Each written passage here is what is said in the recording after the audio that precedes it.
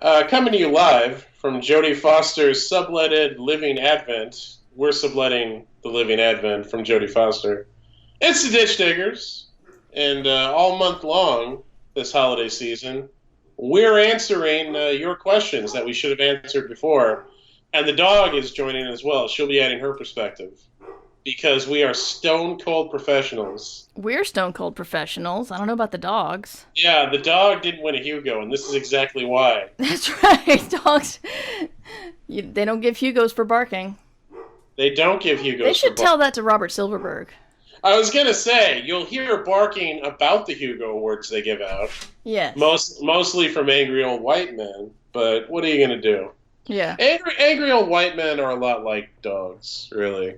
Mm-hmm. Actually, dogs don't deserve that. I'm sorry I said that. I love dogs. Anyway, so yes, all month long, Mer.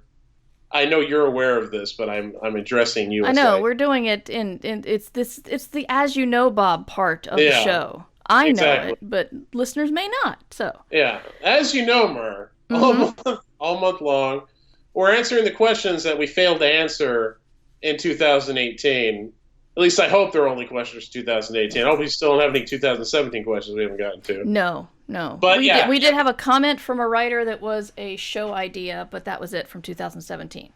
It's good to know. But yeah, so if you asked a question this year and we didn't get to it, listen to the Advent because we will get to it if we received it. Now we're in March. And Anonymous J writes, and I'm sorry, Matt, this might be a little sore for you, but one, we're both awesome. She wanted to say that. Two, can you drop some wisdom about day jobs? Like Matt, I think I work in advertising. I found it to be awesome monetarily and creatively, but not so much as far as regular work schedule, stress, and personal time. These things can make it hard to get the writing done. Yeah, no, it's funny because when she asked that question, I still had a job.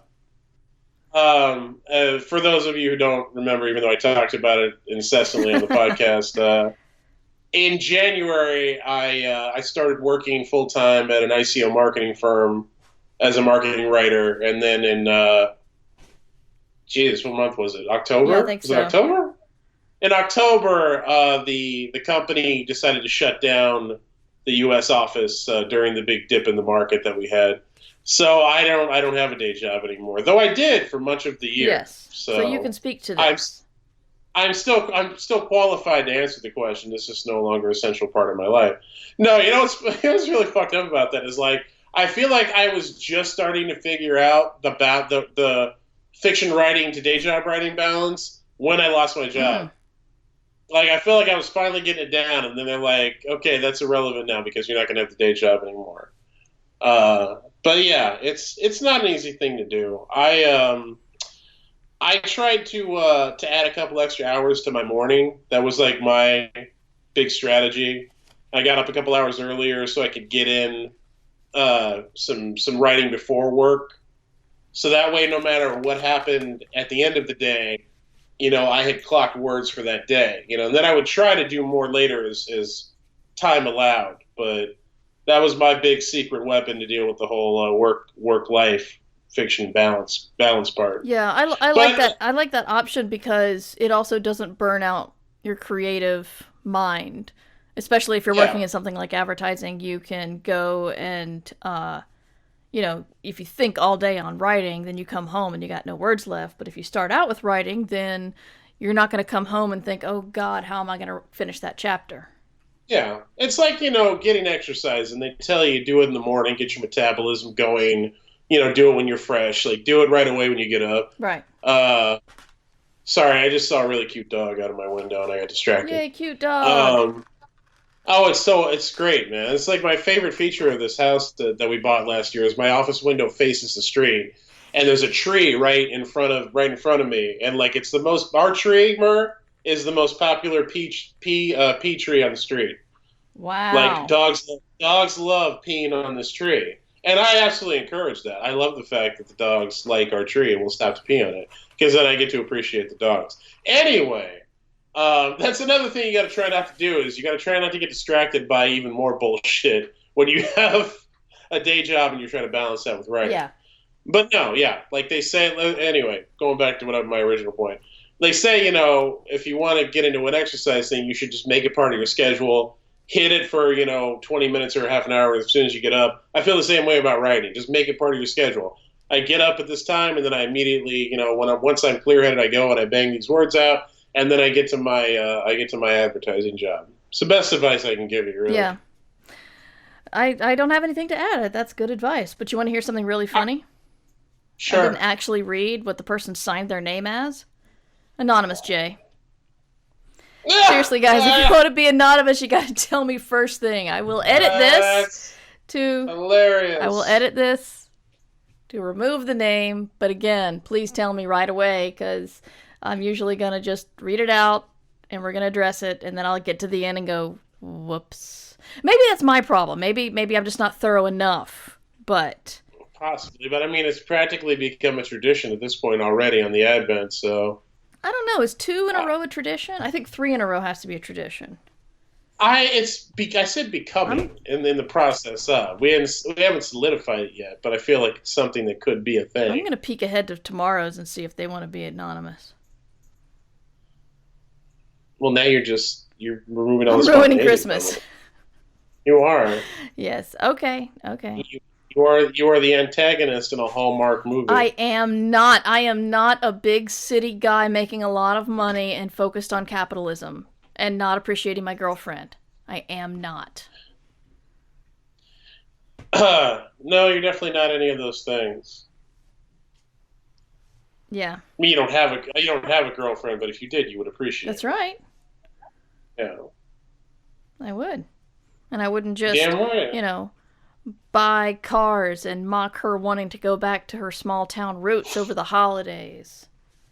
Or her desire to open her own small business or internet stuff. Definitely. Yeah.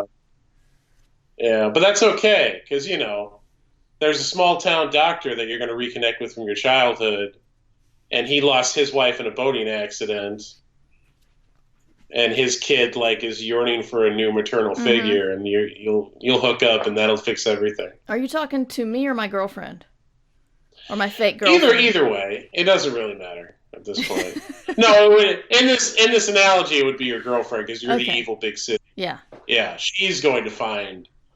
And he'll always have, a permanent 5 o'clock shadow. The love interest, the small town doctor? Yeah, okay. He'll be a marvelously attractive small town doctor, permanent 5 o'clock shadow. A lot of sweaters, but he rocks them. Yeah, he's got to rock it because it's a snowy small town. It's not like a small town in Florida. Nobody goes home to their small town in Florida for a Christmas movie. There are no Floridas. Florida doesn't exist in the Hallmark channel. It does not, definitely. There are That's where they put all the people of color for the Hallmark. They put them in. That's why you never see them. Because they're all in Florida. Florida doesn't exist. Right. Anyway, so we hope that answered your question, Anonymous. By the way, I am mocking Hallmark and their lack of people of color, not saying that it's good that there are no people of color in Hallmark, because it's not good. I would hope that was abundantly clear. I'm just making sure. But anyway, but there is a holiday calendar movie on Netflix that has a lot of people of color, and it doesn't suck. Is that the one with Kurt Russell, or is that different? Are you kidding me? You think I would watch something with Kurt Russell? No, it's just a Netflix Christmas movie about a magic advent calendar. What did Kurt Russell ever do to you? He got real weird with the whole Bible-y thing. Did he? Is he born again? Oh wait, no, I'm thinking Kirk Cameron. Yeah, no, not Kurt. Yeah, sorry. Kurt Russell is a pretty good dude. From what I know about him, he's a good dude. But that movie looks awful. That movie looks like a mashup of every single movie that came out in the 80s and 90s about Christmas. Maybe that's what they're going for. Maybe, but I could just watch Santa Claus the movie, Home Alone, Elf. I'm just saying, if they were self-aware and were doing it intentionally, there might be some merit to it. I'm sure that it's completely unintentional. It's crap, but I want to give Kurt Russell the benefit of the doubt. He's got bills to pay, Mer. What do you want? Exactly. He's probably got a couple of houses. It's hard times, recession, and everything. I know. You Lea know, Thompson and the girl who was in the Wonder Years, who grew up to be a math genius and write a bunch of math books, were Winnie Cooper. yeah, were also in a Amazon Prime Christmas movie that was not as good as the holiday advent calendar movie, but Why is that relevant? because they also were stars once and need to pay bills. Oh, okay. I wasn't sure what the through line. I mean, I love Lea Me too. Thompson. That's why I watched it. Yeah, the Wonder Years was good. Yeah. Uh, yeah. So anyway, none of this has anything to do with anything. Stop. We should probably move. All right. Yeah, we should probably stop. All right. It's day 3. Happy Advent. Happy Christmas. Actually, I think it might be the first day of Hanukkah, isn't it? Possibly. I'm not well versed in Jewish tradition, I but if believe it tonight is, is the first night of Hanukkah. So well happy then Hanukkah. a happy Hanukkah to all of our Jewish listeners out Yes. there. And see you tomorrow on the 4th. Oh, Merverse.com is where I am, and Mighty Mur on Twitter. Matt F. and Wallace on Twitter, and check out my YouTube channel, Angry Writer.